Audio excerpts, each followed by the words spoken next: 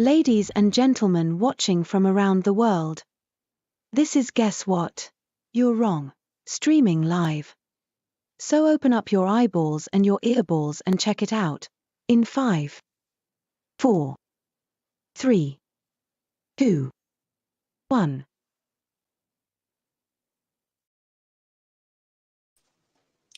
What's going on, brother? Hey, man, how you doing? I'm doing spectacular. Good deal. Oh, you want to hear something funny? Yeah.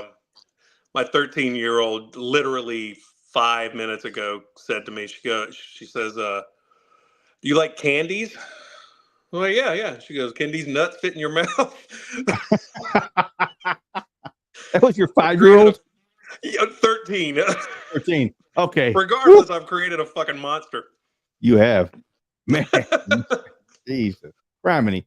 All right. Whew. All right. You like candy. I like that. Yeah. I hadn't heard that one, I'd heard many variations. I'm saving that one. I'm going to use that one. All right, let's get this off here real quick.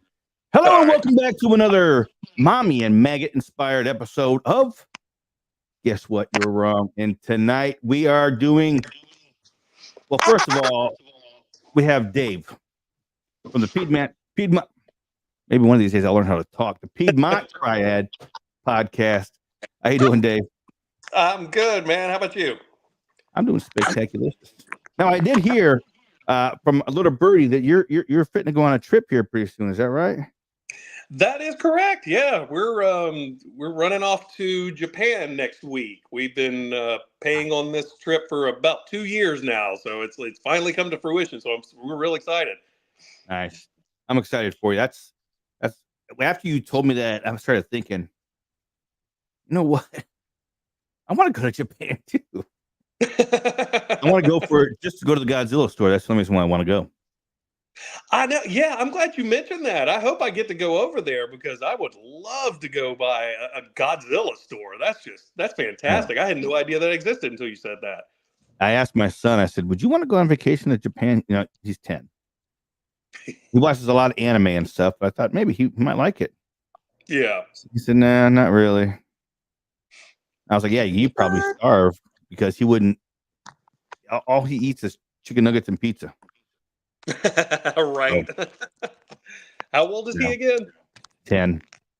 Oh yeah, that's a staple for a diet for a 10-year-old.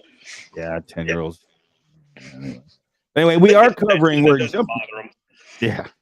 We are jumping into, and we are actually covering the final installment in the Evil Dead series. Oh, Dave, it's been a trip.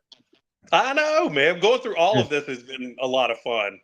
Yeah, been getting to watch some stuff and do some research on some stuff, and boy, it's been fun. I love these movies, I do too. I love this movie here. Now I know. Let's go over the cast and stuff here real quick here. Now, it was directed by Lee Cronin and written by Lee Cronin. Produced by Rob Tappert and executive produced by Bruce Campbell and Sam Raimi. Mm. So even though, just like Evil Dead from 2013, even though it's the second Evil Dead movie to not have Bruce Campbell in it as a star, we'll say. Mm-hmm. The Bruce Campbell and the Tappert and Raimi were all there to help make sure that this was going to be something that the fans were going to like. I thought this was spectacular. It was so much better than I thought it was going to be. When I saw the preview come out, I can't remember how long it was, but when that first preview dropped, I was real skeptical, not because I didn't have faith in the creative team, but it was in the preview, it really felt like it was going for an obvious like abuse metaphor. And I was like, man, if I'm picking up on that in the trailer right off the bat, this might not be very good. So I was real skeptical from the beginning. Yep. And that's I know. Originally, this movie was supposed to go straight to streaming, HBO Max. It was supposed to go straight there, but they decided at the last minute, I guess, to have a theatrical release, and it's a good thing they did. Yeah, I mean, they made a lot of money on this movie. This movie did really, really good in the theaters. And why do you think that is?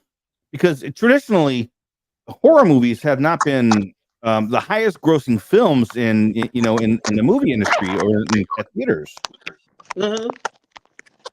Yeah, I figure it's just that whole Blumhouse effect that people talk about, where they just give it a pretty modest budget, and the likelihood of them making money is much higher than if they were doing something with like more well-known actors or well-known directors. And I think that has a lot to do with it. And the fact that you've got an established property over decades, like The Evil Dead, I think it was just that was what the fan base was looking for. I think that people got recharged after the remake, and then the show. It didn't do that well, unfortunately. But I feel like this movie kind of proved that there still was a healthy appetite for this Evil Dead franchise, and so I think that had everything to do with it. It was just people were ready to watch some stuff like this again, and you have a dedicated group of people who will actually go to the theater and see it. Yeah, I agree, and I think that one of the things that I was thinking of as I was trying to look at what was going on in the theaters around that time. There was a lot of movies that were being put out that I'll say weren't of the highest standard. They were pretty crappy. I mean, special effects wise, CG, all this crap. I'm not going to mention The Flash, but I think when this came out, it was kind of like you said, it was people were ready for something like this again, and this kind of proved that that these kinds of movies can still be made and still make a good lot of money at the theater in the theatrical release. Mm-hmm. In my opinion, I mean that's what I'm guessing. Yeah, I think that it was a risk on their part. Yep. To put it in the movie theater, but boy, it really paid off because man, it was like one of the top grossing movies last year, wasn't it? Yeah, I think so. I know. Let's go over some of the cast here real quick. Mirabai Peace, who plays Teresa. I see there's some of these. A few of these first ones are only in the movie for like the first 10 minutes. Yeah. Richard Cross, who plays Caleb. Anna Marie Thomas, who plays Jessica. And I think that's probably that's it. That's the 3 stars from the beginning of the movie. Now, before we go into I want to go over the beginning part of this movie here because, damn, what an opening! It's very neat. It's it starts off tricking us. You hear that and you see the camera angle of something going through the woods. And skimming the water, and you think, oh, it's the Evil Dead, but it's not. It's what do they call those things? Drones. So some guy with some jackball with a drone flying around. Yeah, and he makes the comment, or the girl makes the comment, "You could have taken my head off." And he makes the comment, like, oh boy, it wouldn't have taken it completely off. It would have just scarred you a little bit or something like that. Mm-hmm. But I tell you, I knew that, Lily Sullivan as Beth and Alyssa Sutherland as Ellie. I knew that they were the stars of the movie. So when I first saw this movie and I saw this opening, I was a little confused at first. I was like, wait a minute, why are we? Okay, let's just check it out. But damn. Mm-hmm. And we have the scene where it's a callback directly to the first Evil Dead with Cheryl as she's possessed, with the cards. And this one here, it's a book. What's that book she's reading? I don't remember what she's reading. No, I don't remember. I don't remember either. But she's reading a book, and the girl, who is going to be, I believe that's Teresa, right? Or is Teresa the one that gets her head pulled off? And this is I can't remember. I didn't write the character names down, so I can't remember. I'm trying to look at their faces here, and I'm just like, I can't remember which one it was. I think Teresa's the one that gets scalped. So I'm thinking it's Jessica's the one that's possessed. Okay. And she starts reading passages from the book. It's a direct callback to Evil Dead, the first one. There are so many, callbacks to the Evil Dead. I loved it. A lot of people would say it's kind of. I've read that people have said, well, it's kind of campy and cheesy. They're using all this stuff to try and make the movie better. I disagree. Yeah. And I think that they know who their fan base is, right? They know that the Evil Dead lovers are going to go see this movie. They know that. And they know that there's no Bruce Campbell in this movie. Mm-hmm. So they have to appease us somehow. And I think they did a great job on this. So many direct callbacks to Evil Dead 1 and 2. Kind of maybe a slight callback to Army of Darkness. A little bit with the recording, I guess. But this... I would even say that eyeball scene... yes. Which frankly took me out of the movie a little bit, but we'll get to that in a minute. But I would say, yeah, that's part of it. That's definitely a callback. Yeah, the things, I mean, Ellie, the tattoos that she has on her arms are vines. Those are direct callbacks to Cheryl in the first one. And her, there's so much. I want to just let's try and go in chronological order in this. So again, we have Gabrielle Eccles, who plays Bridget, Nell Fisher, who plays Cassie, the little girl. Morgan Davies plays Danny, the idiot that finds the book. And I gotta say, Alyssa Sutherland, I knew her from that TV show, The Vikings. Yeah, that's where I saw her from. I mean, not bad to look at. So it was kind of nice to watch. Yeah. We when we watched Vikings, we called her the Catwoman because her face is so angular. She really looks like a cat, But yeah, she's got a cool vibe about her. And she's very thin though, and she looks like she's tall as heck. Oh yeah. I mean, she looks like she tower over you. Yeah, she does. And I know that Lee Cronin had said they used like 1,700 gallons of blood, fake blood for this movie. I mean, in that one scene with coming out of the elevator, I mean, that's. Oh yeah. I mean, that's a huge callback right there to. The Shining. Yeah. Mm-hmm. Shining. I even felt like that opening scene with the drone was also a bit of a callback. A little bit because of the the filming. In the opening of The Shining, they do something similar with the winding road. Mm-hmm. Catch there, I didn't see that one. Nice. Yeah, I thought that was really cool because because the way it was just kind of slowly kind of going back and forth, the way The Shining did, and then the elevator. Yep. It's like, this is someone who was definitely influenced by that movie a little bit. And did you catch the the kids go out to get pizza? You caught the name of the pizza company, the pizza place? No. Henrietta's Pizza Parlor. Henrietta. Someone's in my fruit cellar. She might not be there, but she won't be forgotten. Her and her rotund glory.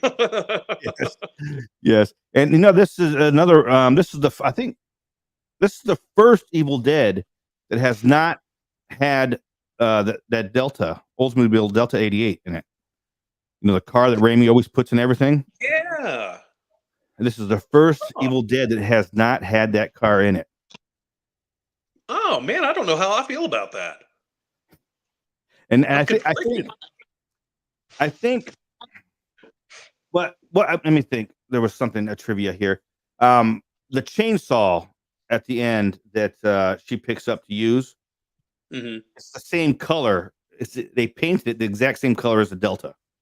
Oh, okay, yeah. If you look at it, I mean, the coloring is that they purposely put that in there.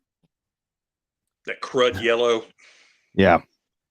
And what else is there here? That clock that they show, the grandfather clock is ticking. That's the exact same clock from the Evil Dead 1. Not a replica. Really? Like it's the actual one? The actual one that they used in Evil Dead. Dude, this movie. I could go on and on. I know they use so much on this. I'm trying to find some other stuff. I know there's some other. This movie was all shot, which was something that I thought was weird that they didn't do this. But this movie was shot in chronological order. I found it odd that a lot of movies actually just film pieces and then they put them together at the end. Yeah.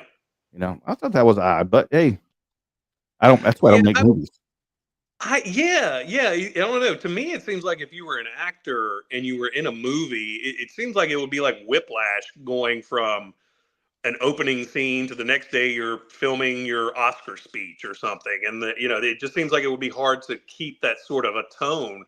Yeah. With it kind of jumping around like that. So, I never understood that, but I know it is unusual to film in chronological order. I just never understood why. Yeah. And you know that Cassie's thing that she makes, what she calls it, Staphany. Mm-hmm. She cuts that doll's head off and puts it on. That's a callback to the Kandarian dagger. With the skull head on it and everything. Yeah. We can't forget the as everybody's turning into deadites, you hear the dead by dawn. Dude, I think when I was watching that in the theater, I think I was one of the only people in the theater that was just like, oh my gosh, I can't believe it. That's awesome. I was loving it. There are so many direct callbacks. We could go through. I mean, even how Alyssa Sutherland is getting, when she's in the elevator, the wires are coming out and getting her. That's supposed to be a callback to Cheryl, in the vines kind of thing. Mm-hmm. Yeah, but we don't see an electronic wire rape scene, but I guess that's okay. Yeah, I was kind of apprehensive when that scene was happening. I was like, ooh. This is modern times. This might be ugly. But they left that out, so that was good. But if we go through this movie here, we already discussed the opening. Well, not really the opening sequence. Wuthering Heights was the book that she was reading, and her friend, I guess it was, starts reading off the pages to that. But it turns out that she's infected with the deadite virus, demonic. I don't know, possessed. Not infected, possessed, really, right? So, all of the above. Yeah, she rips this girl's head. I mean, she skins her, and it was graphic. And I mean, I loved it, dude. I was like, dude, that's awesome. And what makes it even better? What makes it even better is that this girl is not dead. She runs out of the cabin to go to her cousin's or her friend's boyfriend for help. No scalp, nothing. Just, dude. That was, and you could feel that wound. It's like a weird sort of wound where you feel the air on it, and you're like, oh, this sucks. Oh, that hurts. And then she, Teresa, or is that her name? I don't remember her name. Comes down. Oh, the first one. Yeah, the one that's possessed here. Let me pull back to the cast here. Jessica. I'm sorry, Jessica. Teresa's the one that got scalped. So Jessica comes down, all possessed and everything, and she takes that drone thing and like cuts her face up. Mm-hmm. Dude, the way she does it all slowly towards her face. Yeah, it's like, and then she hits. She goes into the water. She falls in the water like she's drowning. Her boyfriend tries to save her. Come on, I mean, yeah. You saw your girlfriend's best friend or cousin or whatever come down with no scalp. Your girlfriend comes down and chops herself in the face and falls in the water. Mm-hmm. I might not be jumping in to save her. Yeah, I'd be on the phone with EMS personally. I'm like, I ain't getting in there to get her. Somebody needs to come down here and get her because The shit that I saw her do, I ain't getting in with that. That bitch is on drugs. But then we have that, he jumps in, he gets killed. Okay. And then we have the that one, this opening scene that was in the trailers, with her floating just above the water, and then, boom, Evil Dead Rise.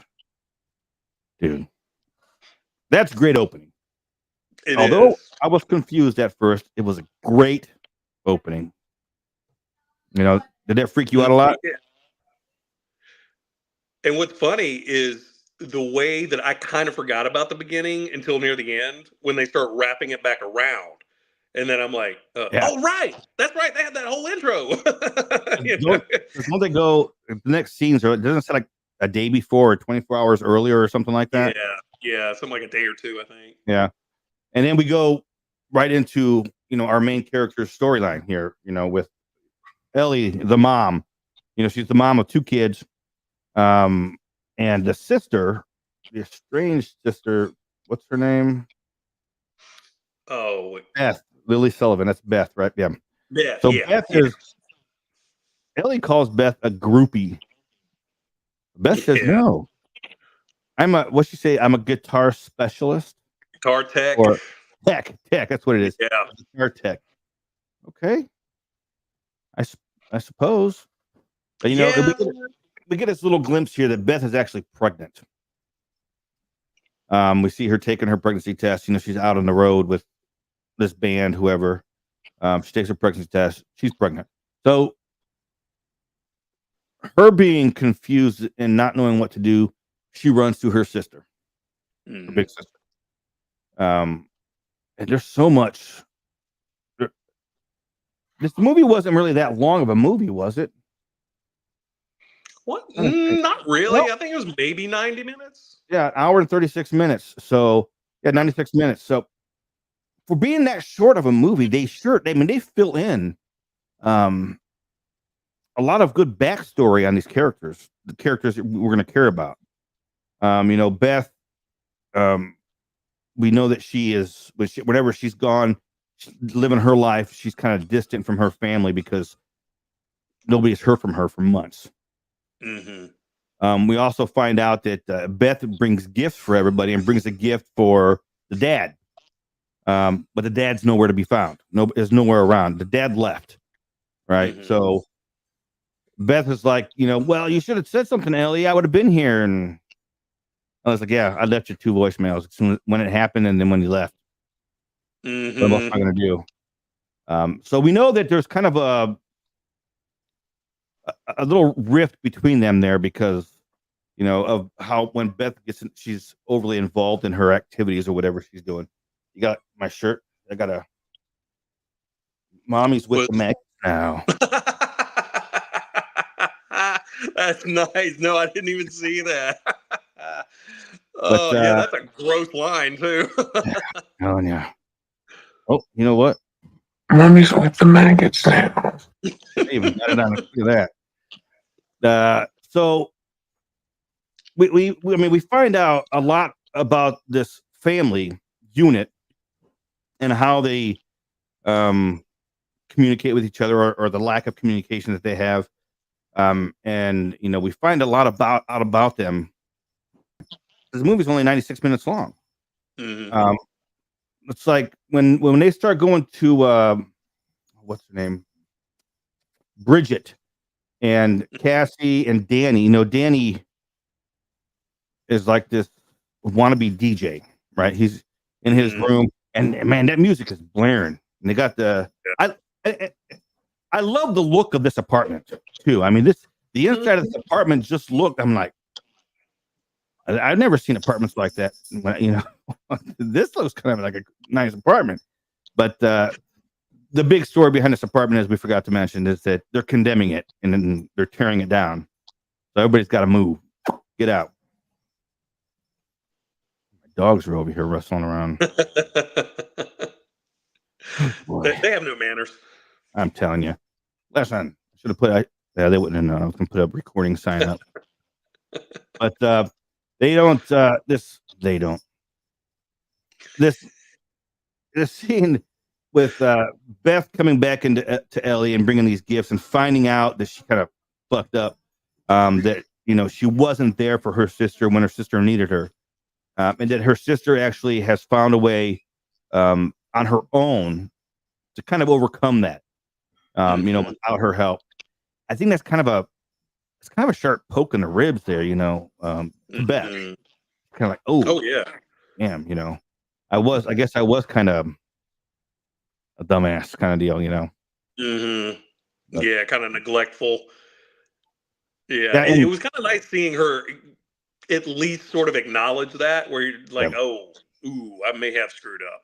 Yeah, and that's what I was saying here, because you see this, he realizes that, so you're like, oh, maybe she's not as bad of a person as I thought she was, in this short amount of time, we're learning a lot about this family interactions and this family, how it's built.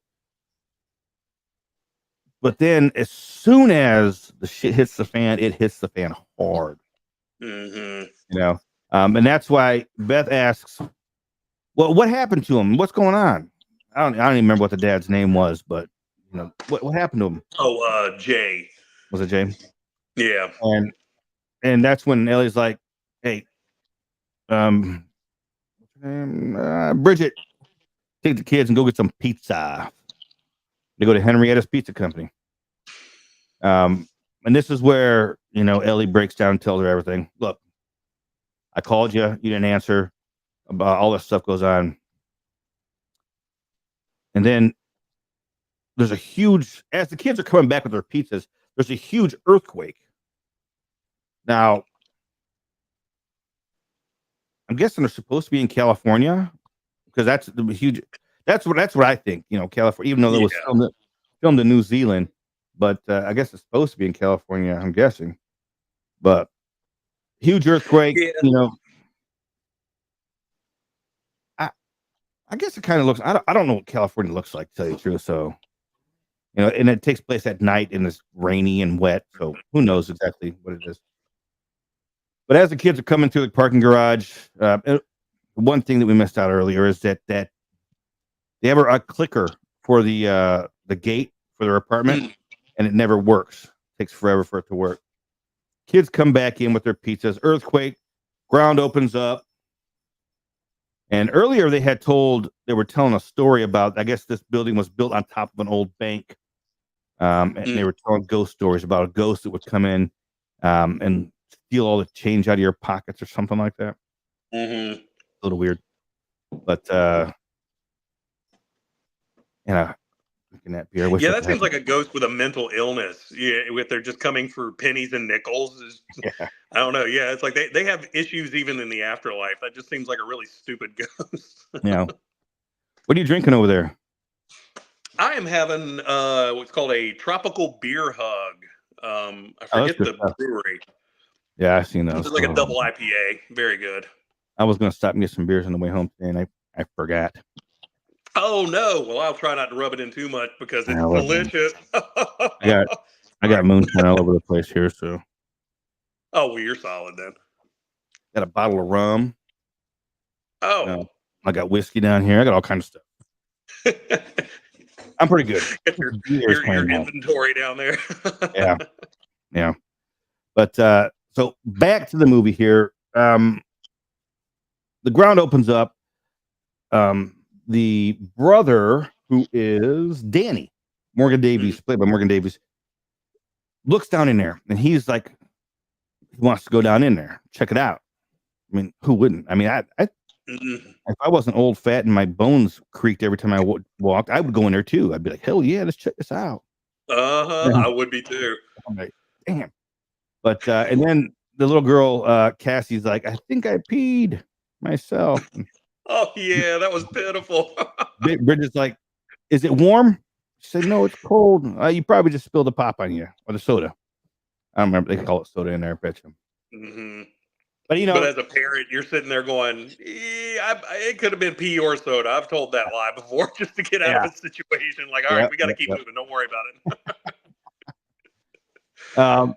And as Danny ventures down into this, it's the bank.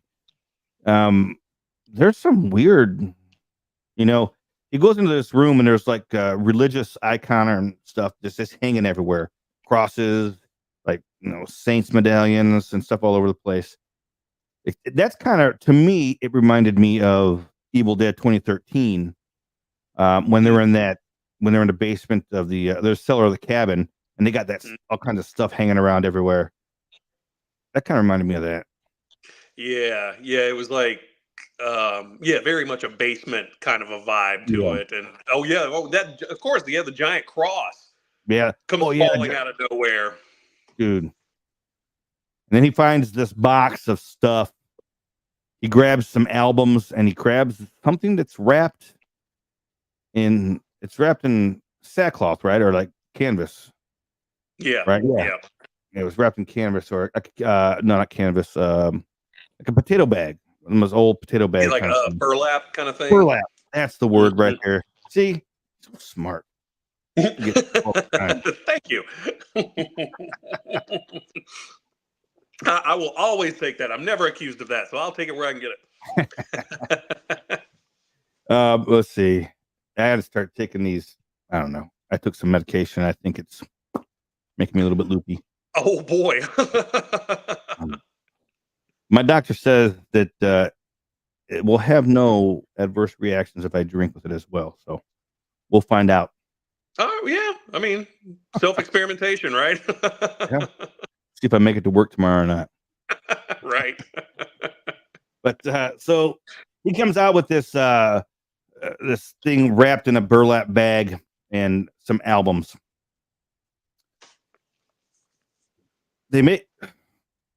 Ellie and Beth are upstairs. They're trying to figure out, the elevator's out. They can't. It's an earthquake. We need to go down and get the kids. We got to find the kids. The neighbors are coming out. They got people are like, hey, I'll take you. Let's get downstairs and I'll take you to go find the kids. Cool. And they also, earlier in the movie, we actually left this out. Some of the neighbor kids had come over and they were talking to Bridget. Yeah, they were talking to Bridget about, hey, we're watching Freddy, all the Freddys tonight. You want to come on over and hang out? And that is another interesting callback. Did you get that? No, I was laughing too much at the joke where he goes, even the shitty ones, and the other one's like, there are no shitty ones. No, but I didn't catch the callback. Well, in Evil Dead 2, when Ash goes to the shed to get his chainsaw rig made up, Freddy's claw is hanging. That's right. Oh, yeah. Mm-hmm. So, them mentioning, hey, we're watching all the Freddy movies is the direct call of that as well. I thought that was pretty cool. That's funny. I see. This is why it's cool watching, because you love these movies more than I do, and so you pick up on all this shit I never would have caught. So this is awesome. It's like I'll get to watch it again with new eyes. Yeah, and I'm planning on watching it again this weekend. I love this movie. If you couldn't tell by now, but Danny, the Rhodes Scholar that he is, decides to try and play these records. But does he play the records first, or does he open the book first? I think he opens the book first, because he's in the book, and Bridget's like, "Don't mess with it. What is that?" And he cuts himself. And this is one of the things too. It's kind of cool. The book is kind of sealed with teeth, like fangs, like that's along the side. It's like locked closed. That's pretty fucking cool. Yeah, it's like a mean ass fly trap, I want to get my hand stuck in that damn thing. I tell you that. Yeah. But so he gets the book open because he cuts himself. Some blood drops onto the book, and the book just absorbs it up. Now I think that Bridget saw that, right? I can't remember. I think she saw that, and she was kind of like, "Ooh." Yeah. And then the jaws open up. They start flipping through the book. And one big thing in this is that the Necronomicon is completely different than any other version that we've seen, right? It's different than the one from 2013. Of course, it's different from Evil Dead 1, the original, and 2 and Army of Darkness and all the series. It's completely different. Yeah. Even the pages, the things that are written on the inside are different. Mm-hmm. Not And bad. now I'm wondering, I don't know if they answered this or not, but I remember they discussed in other movies there are 3 Yeah. books that they specify. So I have no idea if this is like the 3rd one or the 2nd one, but I know it's a reference to one of the other ones that hasn't really been seen before. At least that was the vibe I got. I had read somewhere that they were referencing back to an Army of Darkness when Ash finds the 3. Mm-hmm. That they're not. One of them was the Necronomicon for his world that he was at there, and the other 2 were Necronomicons for other worlds. Mm-hmm. I guess is how it was supposed to be taken. I don't know. Mm-hmm. And they also was something with what they call it in this one here. What do they call it in this one? Naturum de Monto. So it's not called Naturum de Monto. It's called Naturum de Monto in one other movie, I think. I can't remember which one it is. Because other than that, it's called like the Sumerian Book of the Dead, or something like that. They changed. There's different names, and I'm wondering if there's different names to the books. Does that mean that they're different books, or are they the same book just in like a different timeline kind of deal? Yeah, I've run that around in my head a couple of times, like trying to Getting understand. headache. It's like, are they 3 individual ones that coming together makes them sort of like super Evil Dead, or what? I'm getting a headache just thinking about it now, dude. But anyway, he opens the book, and then, like I said earlier, the Rhodes Scholar that he is, he decides to play these records. And this is where we get a little bit more background on what he found. So evidently there was an order of monks or priests, not monks, priests, that had found this book, the Book of the Dead, Naturum de Monto. What does Naturum de Monto mean? I don't know. Demon I have book? no idea. I bet you I can find out. Book of the Dead. Okay. Oh, okay. Wow. That I expected more. so did I, honestly. Okay. So in Evil Dead 1, they call it Necronomicon Ex Mortis. Mm-hmm. And it goes on to the Sumerian Book of the Dead, and then this one is Naturum de Monto. Wow. So there are 3 different distinct names. Yeah, it's just not much of a variation. It's like the Bible part 2 and another Bible. Yep, and then there's recordings here that as Danny is playing, that we find out that this priest, they found this book and they want permission from the church to translate it. And this is when we hear it. They call it the Book of the Dead for a reason. In the background. And yes, that is Bruce Campbell's voice that we hear on that recording. So Bruce Campbell did make an appearance in one way or another. And it took me like 2 or 3 watches. And I think it was you that had to tell me where I needed to look, if I remember correctly.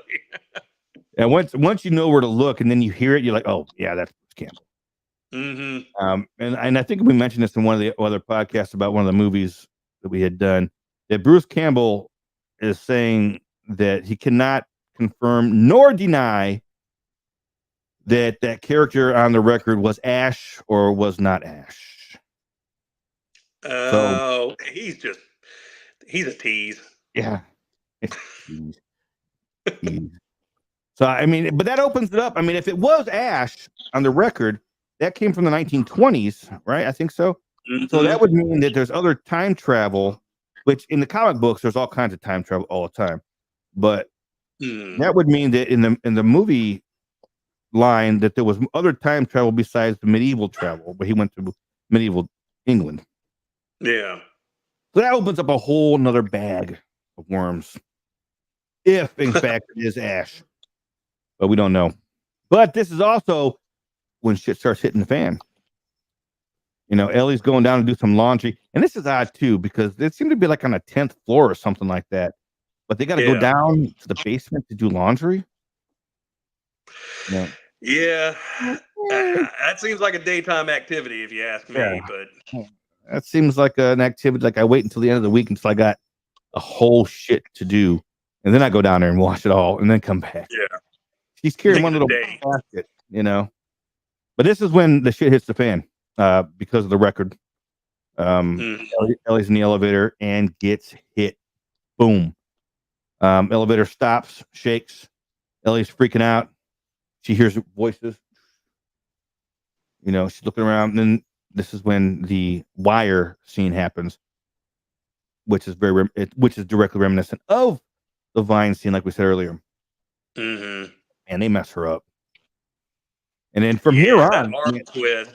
Oh man, yeah, the way she was up there and she was like, screaming. Oh man, girl. Oh yeah, that crunching noise. You're just like, oh no, yeah. I've hyperextended my arm and my fingers before, and that sucked enough. But yeah, twisting it in a completely 360 direction, no, I'd be crying like a little bitch. Yeah, I was squealing and then like, oh. But, there's only so tough you can be in that kind of a situation. I'm telling you. So this is when, she makes it back to the room, to her house, her apartment. Everybody's kind of worried. She's kind of beat up, obviously, and stuff. And oh no, this is the scene where they come in there. Everybody's in their own rooms doing something. Cassie's getting a bath. And everybody else, and Danny and Bridget are over there with the book and the records and stuff. But then they hear something in the kitchen. And she's just dropping eggs. Mm-hmm. She's frying up eggs, but Ellie's in there. She's all dead-eyed up. She's all fucked up. And they're like, Mom? And what was the line she uses here? She loves them so much that she just wants to crawl inside of them. They can be together forever or something like that. And I'm like, oh, I don't remember. Ooh, yeah. I'm pretty sure that's what she says. Yeah, she says like, I just want to crawl inside of you guys so that we could always be together. Every one of you, something like that. I'm just like, that's kind of foreshadowing for the end because of what happened. But yeah, but something about her just throwing eggs, shell and all in there. It just, I like that effect because as a kid, if you like when something was wrong, you could sense it. Like there's a certain sense of normalcy that is always around you at your home. And all it takes is something weird like that for you to go, uh-oh, this isn't right. It makes you nervous. And so they did that really well. Yeah, and she, there's a buddy of mine here just posted a comment, said that he'd always thought that because it was a Necronomicon, it was also a lot of H.P. Lovecraft with linked worlds, which makes sense because of the H.P. Lovecraft thing. There's always a bunch of linked worlds and stuff. That's interesting. I never thought about that. Neither, but that tracks. And huge fan I am of the Evil Dead, and I love H.P. Lovecraft. I never even thought about H.P. Lovecraft has, the Necronomicon. That's part of H.P. Lovecraft lore. I never thought about putting those together and like seeing what makes sense. Wow. Yeah, that whole cosmic horror angle could fit very easily with Lovecraft type stuff. I can see that. Good. Absolutely. And this is also where Ellie starts. She's like, Don't let it get my babies. Don't let it get my babies. And she's crawling on all fours on the ground.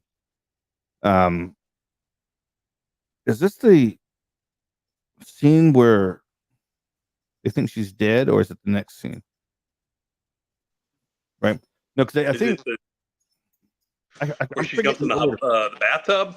Yeah. Do they do that before or after they think she's dead? I think that comes after. I think, doesn't it? I think it's after. I think they think she's dead, and that's why they put her in the bathtub. Yeah, and they're so no, they think she's dead and she's laying on the bed, and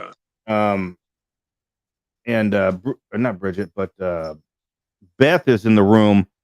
They think she's dead, and Cassie and Bridget and Danny are off crying, dealing with their things. And oh, mommy, what happened to mommy? What happened to mom?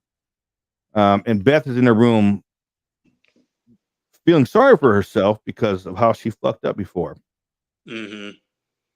And this is when her phone, that voicemail starts playing,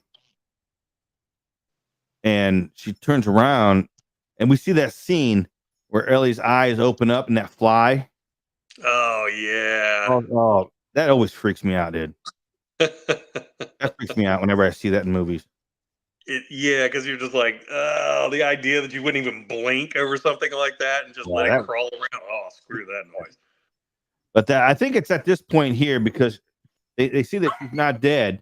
So it's at this point here where they get her into the bathtub because she's burning up.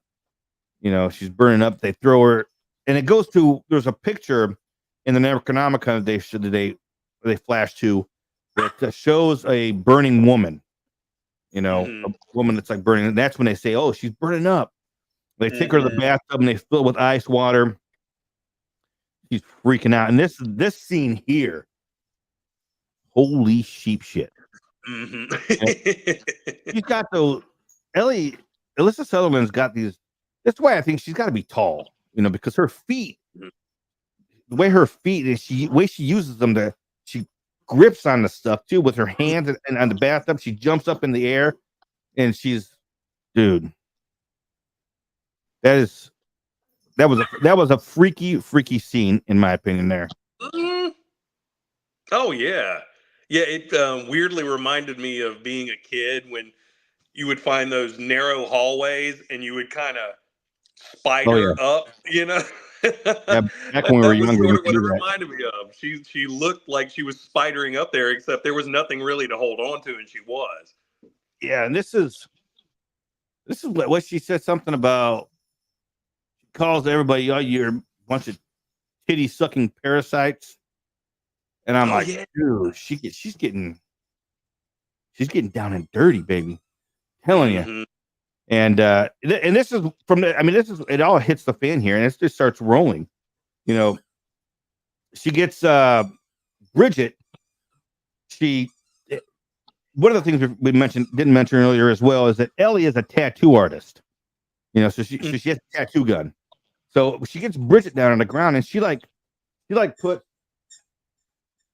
you hear that? Yeah. Dog found a squeak toy.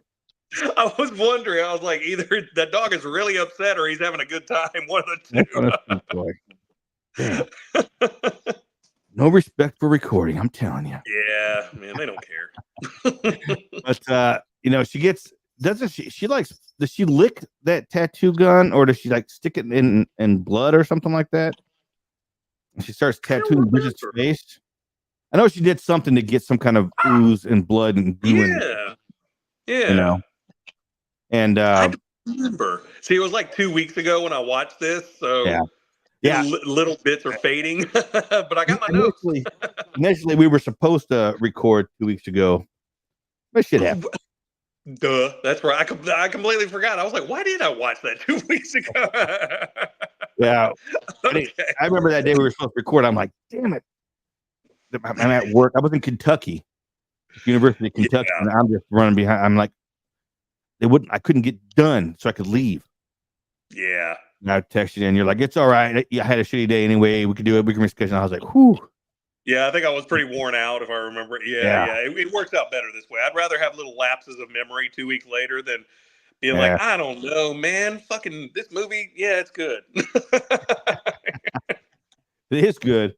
But then they get Ellie locked out in the hallway, right? And they lock it up. She's locked out there.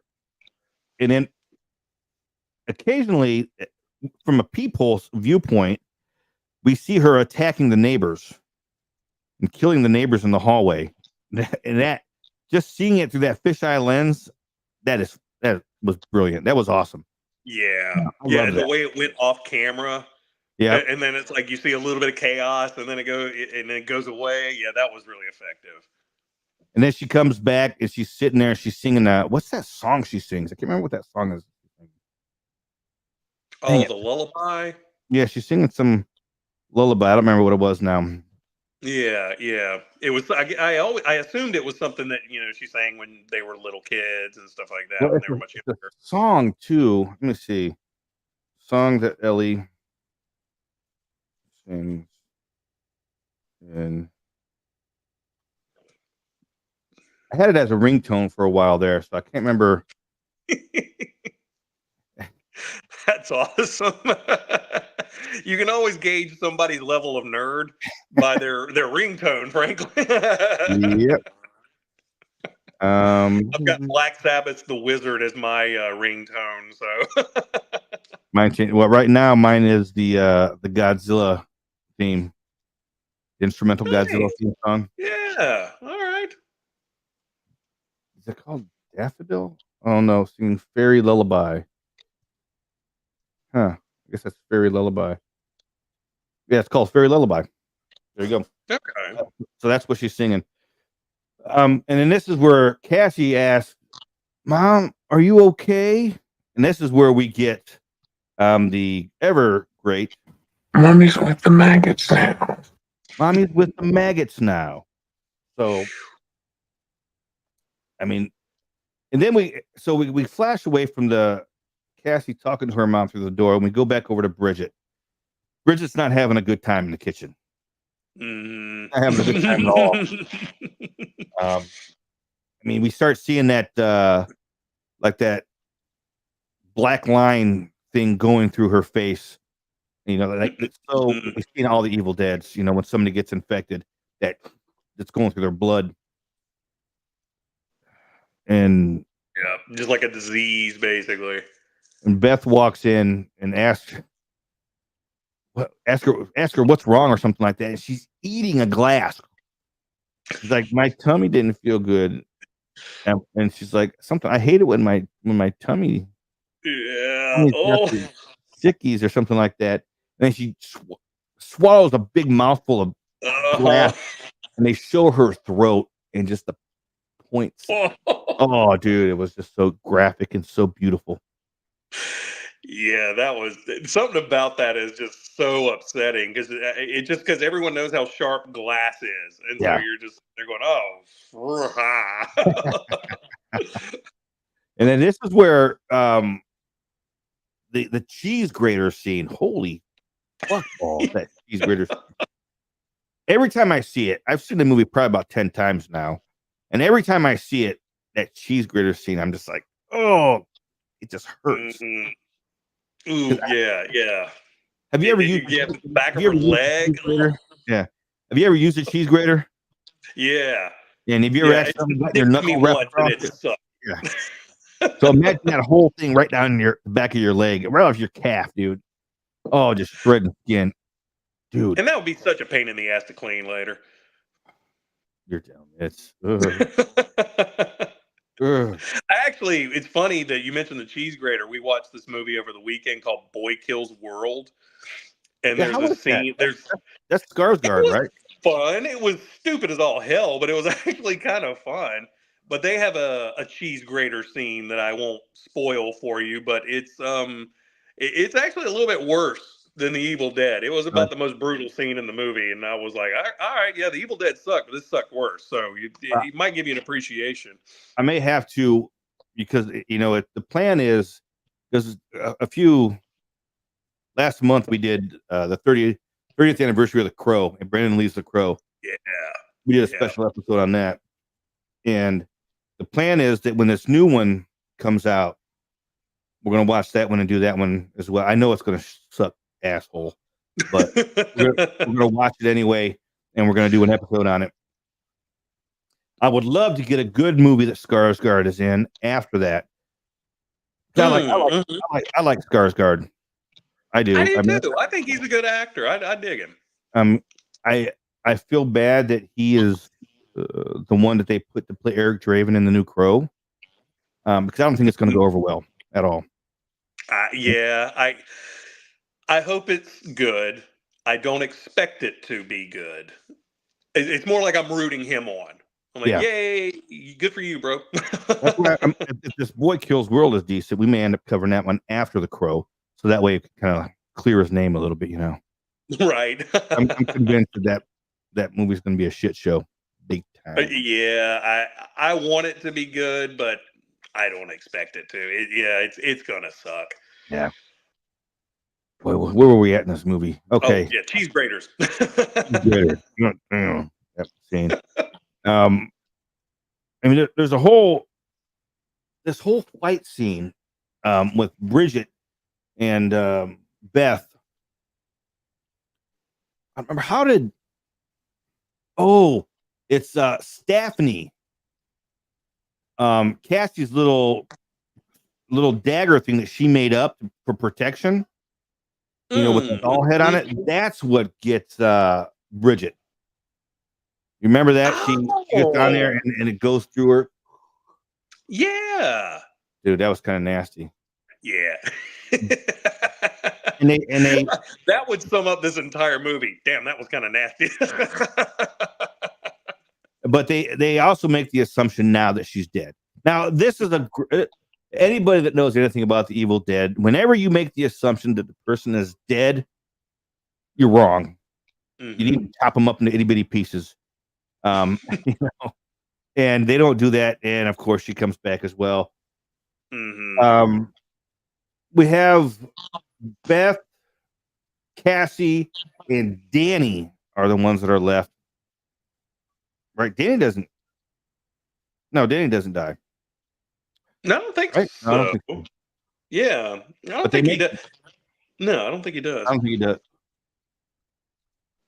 Damn it. I can't remember now. Because I seem to remember that when they're down in the parking garage, it's just Cassie and Beth.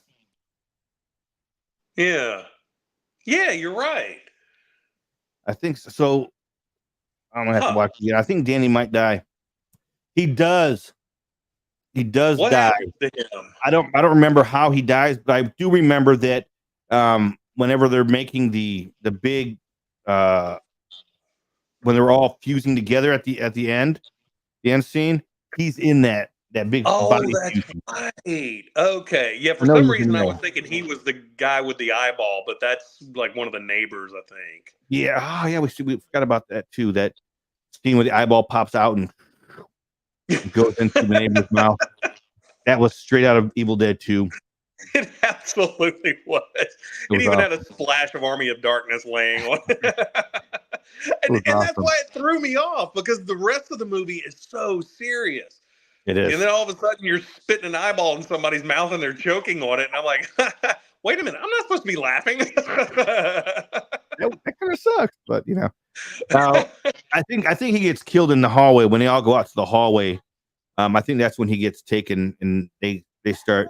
And this is when so we have Cassie and Beth are aiming for the elevator to go down. And this is when we have the Dead by Dawn. All the little deadites in the hallway start saying, "Dead by dawn, you're gonna be dead by dawn." Dude. And like I said earlier, I was like a little fanboy at the movie theater going, but this whole trip down, this is when we get the blood scene that's reminiscent of The Shining. Mm-hmm. You know, the elevator drops, door opens up, blood just pours out everywhere. It's awesome. It's awesomely disgusting, is what it is. Oh yeah. You know, and what does Cassie say? She gets up, she's like, "Are we dead?" Oh yeah. She's covered in blood, and she's got blood in her eyes, and she can barely open her eyes. And are we dead? Yeah, that's a reasonable question. At that point, yeah, it is. But they do get out into the parking garage, and one thing that we notice that there's a wood chipper. We know that that's going to come in handy. Mm-hmm. And earlier in the movie, we forgot that Mr. Fonda down the hallway has a shotgun. It just so happens to be a double barrel shotgun. So we got the boomstick in action. right? Mm-hmm. Beth finds the chainsaw downstairs as well. So now we got the boomstick and the chainsaw. You know, it's like let me get a couple shots off and we'll let the chainsaw do some talking. And I would act as something like that. Let the games begin. Yeah. Well, I mean, this big mutant deadite.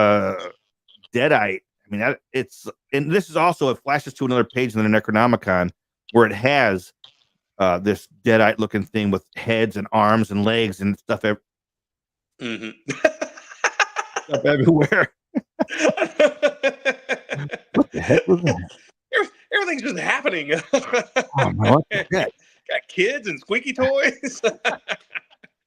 Now I need a beer. Right. I'm gonna have to go, I'll be off here. I'm gonna have to go to the store and get some beer now. But anyway, so where were we at? Okay, so this big human centipede looking thing, deadite, comes down into the parking garage to try and get them, and the fight ensues.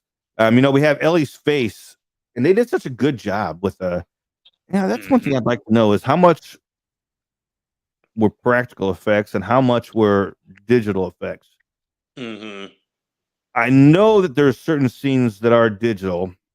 I can't remember them off the top of my head, but I remember thinking when I saw them, oh, that's digital. Mm-hmm. But I think there weren't too many scenes like that where you could sort of like see the outline of the effects or anything. I think for the most part, it carried over very well, for blending in the special effects, practical and digital. I think it blended in pretty well. And then this scene here, when they have this, this whole thing that they turn into, it reminds me of the Human Centipede. You ever seen that movie? Oh yeah. I mean, that's what this reminds me of, what they turn into. They're all like inside each other. But it also harkens back to what Ellie said earlier, was that I just want to crawl inside of you, and so that way we can be together forever. But the fight is going on, and we see Ellie's face, or parts of the face, how it's all messed up. But we have the chainsaw. The chainsaw comes into the fight here. It helps Cassie and Beth out quite a bit. Saves their life, actually. The wood chipper is turned on. And damn. And here's our Jackson Pollock. There's deadite chunks and shit and everything just all over the place. This is what I don't, because all right, before we get into this, so Beth and Cassie seemingly say that they're got the chainsaw and the shotgun. They're walking out. Right. But then we go forward to an apartment door opening that says number 5 on the apartment door. Did you know that was apartment number 5? No, I didn't. It's the 5th movie in the series. They're on apartment number 5. Oh, that's I am impressed with your attention to detail, man. That is something else. Good for you. That's why you host this show. I'm telling you. She comes out of apartment number 5 and she's talking on the phone. She's carrying a bag. We don't really see who it is, but we see, she's like, oh, we're going to have such a good time. Blah, blah, blah, blah, blah. I've got friends and blah, blah, blah. Going to bring some people. And then she goes down. She takes the elevator down. And she's oblivious to the stairs being all fucked up and oblivious to anything that has happened, with the deadites and everything and everywhere. She goes down to the parking garage, starts getting in a car, and we see that it's the girl from the beginning of the movie. It is Jessica, the one that becomes the deadite. She's talking to Teresa on the phone, on the one that gets her head ripped off or her hair ripped off. Talking to her on the phone, and she's like, "Oh no, you're going," because Teresa was getting ready to bail. She's like, "No, I'll pick you. I'll be there in like 20 minutes, whatever." She hangs up on her, and then she turns around and she notices the wood chipper and the blood and guts and shit everywhere. So did she go over and touch something? Because how else was she going to get infected? Because Ellie and all them were dead. right? They're all chopped up and everything. So they're like really gone. So she had to have gotten infected somehow, you know, go over there and poking around in the guts or something. I don't know. Yeah, I guess in my head I'm thinking it's, that whole whoa thing, where it's coming right at her, and yeah. And then because I remember they were bitching because she's acting like she's sick, and like they were complaining. Apparently she's kind of fickle. Yeah, and the boyfriend, he was supposed to have friends that came with him, and they didn't show up. So it was basically just her, Jessica, who was sick, Teresa, or not Bruce, was that Caleb? Caleb. Yeah, Caleb sounds like a dick name, so that's probably what it was. Yeah, fuck Caleb. Fuck him. Him and his damn drone. But that final scene in the movie here ties it all into a nice big bow. Which weirdly makes the beginning like a cliffhanger for another one. Yeah, absolutely it does. So I know that. All right, before we go into the speculations that I've heard around the interwebs. Now, I love this movie. I mean, it's hard to I haven't hid that at all. What did you think about the movie overall? I was really impressed with it because my expectations were very low. Like I said, after I saw the trailer, I thought it was going to be like, oh, this is going to be the first one to suck. And then I see it, and it completely won me over. I was really impressed with how they really wanted to connect everything to past franchises, and now I have a better appreciation for the fact that they really did that well with all the details you gave me. Yeah. But it was, I thought it was actually I thought it was going to be ham-fisted with its message because I could feel a message coming from the trailer, which was honestly what put me off from it. But the subtlety of the metaphor, which to me seemed to be like a fear of parenthood and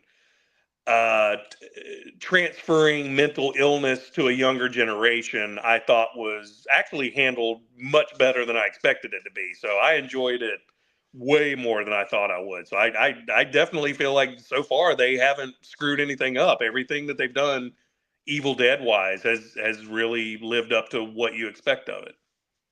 And this is why I love having you on, because you bring stuff in like the fear of parenthood and the mental. I never thought about that. Oh, really? But now that you say that, I'm like, duh. Yeah. Yeah. Wow. See, good on you, babe. That's my English nerd major degree. Not making it's not making me money, but it's coming in handy. That's good. I'll say that. That's good. I love this movie, and I'll watch it. I got the Blu-ray and the 4K. They don't have a 4K version of this. I don't remember if they do. I don't know what I got over there on the shelf. I did just get the 30th anniversary edition of The Crow, the special 4K release. Oh, really? Is that good? I haven't opened the package yet. I haven't watched it yet. Oh, okay. But, I need to look at that. I had to get it on eBay because they were available at Walmart. Walmart had its own cover. It's a steel book. Walmart had its own cover. Then there was another one you could buy elsewhere that had a different cover. So I couldn't find them nowhere. When they got released, they were sold out. Boom, like that. So I had to go on eBay and find one. Wow. Did it set you back a penny?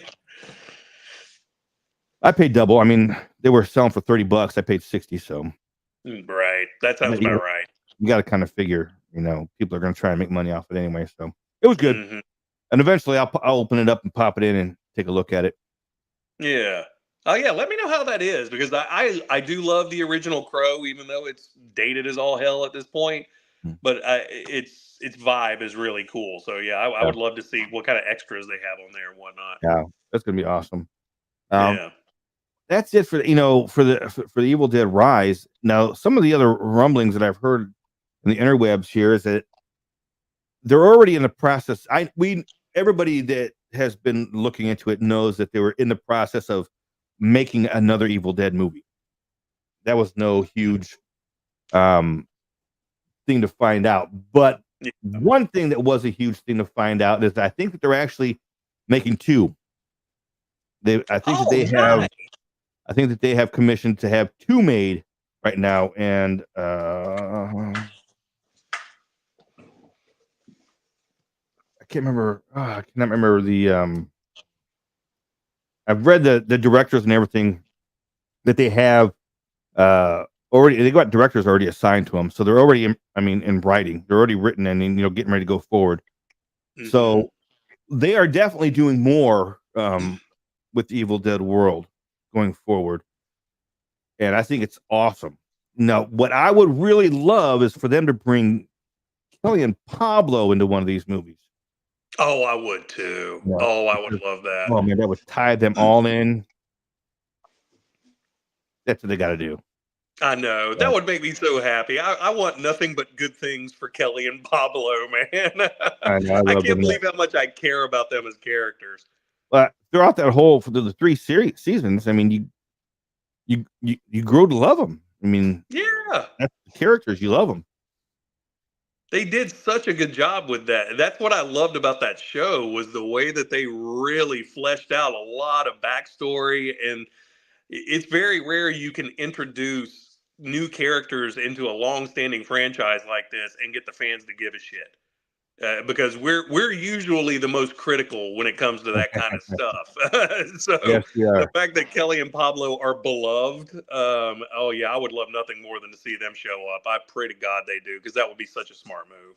And I know that Bruce Campbell has said that he's done playing Ash, but I would just love to see him like in a cameo. Doesn't have to be, because I know he said that he's getting old now and he can't do those stunts and stuff anymore. I would just love to see him in a cameo, like maybe they're thinking about him or something like. It would just be awesome to see that in a future movie, because eventually they have to tie them in together. You would think, right? They have to. Yeah, I mean, it would be kind of cool if maybe they showed a flashback where he's in a different timeline, and that shows him as an old man in the 20s and in that religious meeting where they're recording the records. You don't even have to do anything that direct. But it would be kind of neat to see him showing up at a different place and maybe how that affected maybe the original trilogy. Him doing stuff in the background, time traveling Ash. That'd be awesome. I could see a lot of fun and potential there. I know he won't ever be doing the stunts that he used to do. But yeah, just the fact that he's still making some cameo gives me hope that he will show up in future installments. He doesn't have to do much. He just has to smile and mug, and everybody will be happy. Yeah, it will. But that's it. That's the end of the Evil Dead Rise. That's the end of the Evil Dead franchise so far that we've been covered. Boy, it's been a long journey. Mm-hmm. But thanks for being in there with me, Dave. It's been a blast. Oh, my pleasure. So as we close this one out here, Dave, where can everybody find you at there? You got any more new episodes or anything coming out here? Yeah, I just had a new episode pop up on Piedmont Triad Podcast. I talked to a local guy who runs a small little underground music club called The Den, where he's trying to keep it open for punk music lovers, and he wants it to be all ages. And he's just one of these guys that really loves music and wants all people from all walks of life to be able to appreciate it. And that's what he's trying to create there. And a real nice guy. And here in the next couple of weeks, like in July, I spoke with a guy who, he actually lives around where you are, in Sanford, and he talked to me about the two blues musicians from North Carolina and South Carolina. Let's see, Pink Anderson and Floyd Council, who are the names that Syd Barrett used to make the name Pink Floyd.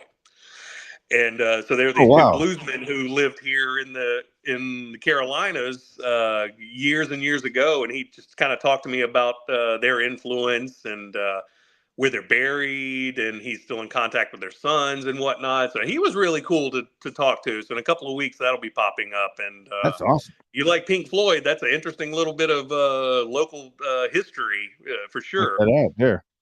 Heck yeah. Yeah. So go check it out, man. I appreciate it. Absolutely. I haven't listened to the newest one yet, but I listened to all your podcasts. Yeah, I listened to your Crow one too, man. It was really good. I enjoyed that. Oh yeah, I went off. Other people nerd out. But that's it. That's the end of this episode of Guess What? You're Wrong. Dave, I want to thank you again for hanging out and doing this Evil Dead franchise with me. It's been a blast. I loved it.